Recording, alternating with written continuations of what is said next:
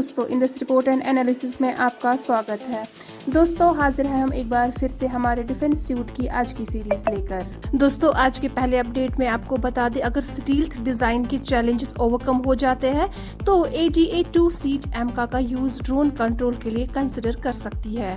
जी हाँ दोस्तों, aeronautical development agency India के 5.5 जनरेशन स्टील्थ फाइटर एमका का 2 सीट वेरिएंट एक्सप्लोर कर रहा है ताकि कॉम्बैट ड्रोन्स को बेटर मैनेज किया जा सके। इसका फोकस ट्रेनिंग के बजाय ऑपरेशनल एनहांस पर है। अनमैन्ड कॉम्बैट एरियल व्हीकल जैसे घातक को मैन्ड फाइटर्स के साथ इंटीग्रेट करना एक की स्ट्रेटजी है, जबकि AI सिंगल सीट फाइटर में ड्रोन्स को मैनेज कर सकता है।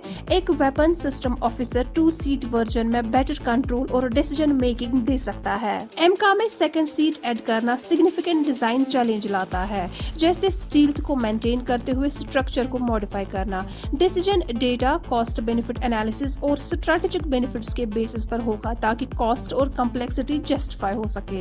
अगले अपडेट की बात करें तो सॉफ्टवेयर डेवलपमेंट सेटबैक्स के बावजूद लॉकहीड मार्टिन 2024 में 110 F-35 जेट्स डिलीवर कर चुका है। जी हाँ दोस्तों, लॉकहीड मार्टिन ने 2024 में 110 F-35 जेट्स डिलीवर किए, जो रिवाइज टारगेट को मीट करता है, लेकिन ओरिजिनल गोल 156 से कम है।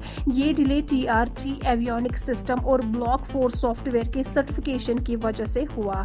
TR-3 इक्विप्ड जेट्स की डिलीवरी मिड 2023 में रोक दी गई थी, जो सिर्फ जुलाई के एंड में दोबारा शुरू हुई है।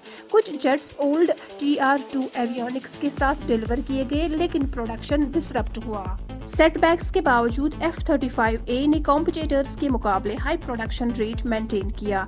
TR-3 अपग्रेड जेट की कैपेबिलिटीज एनहांस करने के लिए है, लेकिन पेमेंट विदहेल्ड की वजह से फाइनेंशियल इम्पैक्ट्स हुए। लॉकहीड अभी भी इश्यूज रिजॉल्व करने पर फोकस कर रहा है ताकि अपने स्ट्रेटेजिक मिलिट्री पार्टनर्स के लिए प्रोडक्शन स्टेबलाइज हो सके।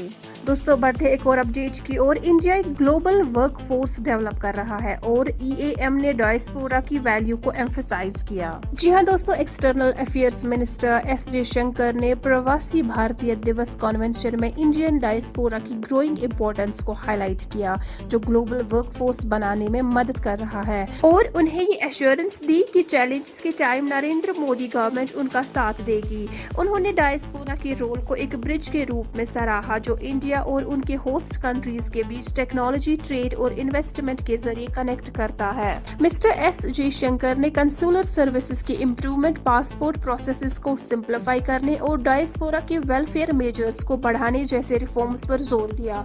उड़ीसा में इस इवेंट का होस्ट करना पूर्वोदय पॉलिसी को रिफ्लेक्ट करता है और स्टेट की कल्चरल और हिस्टोरिकल सिग्निफिकेंस को सेलिब्रेट करता है, जिसमें एक्ट ईस्ट पॉलिसी का कनेक्शन भी शामिल है।